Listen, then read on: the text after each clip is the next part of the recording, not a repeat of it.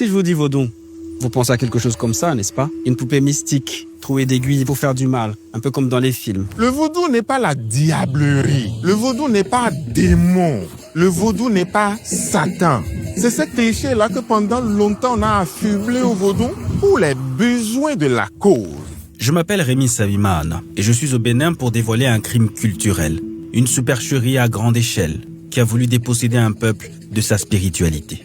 C'est un peu comme si on décide de te séparer de ton souffle, De ton toit. de ton toi. C'est ta substance. Je vais remonter l'histoire pour vous expliquer pourquoi toute une culture a été salie. On nous a traités de païens, de sauvages, de barbares, et on nous a fait croire qu'on nous apportait justement une religion qui apportait l'universalité, l'essence même de l'être humain, en nous faisant croire que nous n'avions pas d'humanité. Or, nous le savons, c'était un pur mensonge. Diaboliser pour mieux remplacer, fermer les temples pour ouvrir les églises. Si vous regardez bien, à ma droite, vous avez un temple vaudou, c'est le temple de Python. Et si je me retourne à ma gauche, juste en face, vous avez une église catholique. Et c'est la basilique Notre-Dame de l'Immaculée Conception de Ouidah.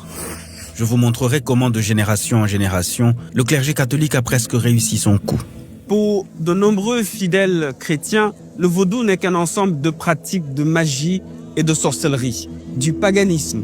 Du moins, c'est ce qu'on leur a toujours prêché. On leur a fait croire que c'est en allant dans les autres confessions que, on est quelqu'un dans la cité. Ce sont là les vecteurs de l'aliénation qui, malheureusement, continuent de tenir certains de nos compatriotes dans les chaînes. Mais malgré tout, le vaudou a résisté à l'esclavage, à la colonisation et au prosélytisme des religions venues d'ailleurs. Il n'y a pas de maison au Bénin ici où il n'y a pas de vaudou. Ce n'est pas possible. Je suis allé jusqu'au fin fond de la forêt sacrée pour rencontrer les érudits qui l'ont étudié, le pratiquent et l'enseignent. Le vaudou, c'est une religion, comme toute autre religion. J'ai suivi la route de ces couvents, là où il s'assume et veut se montrer tel qu'il est. C'est notre culture, c'est notre richesse, on ne pourra pas nous l'arracher. Donc, nous allons le révéler au monde, mais sous son vrai visage.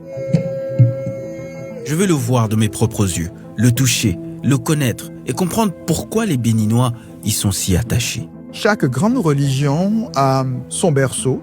Pour l'islam, c'est la Mecque. Pour la religion chrétienne catholique, c'est Rome. Et il se trouve que le Bénin est le berceau du vaudou.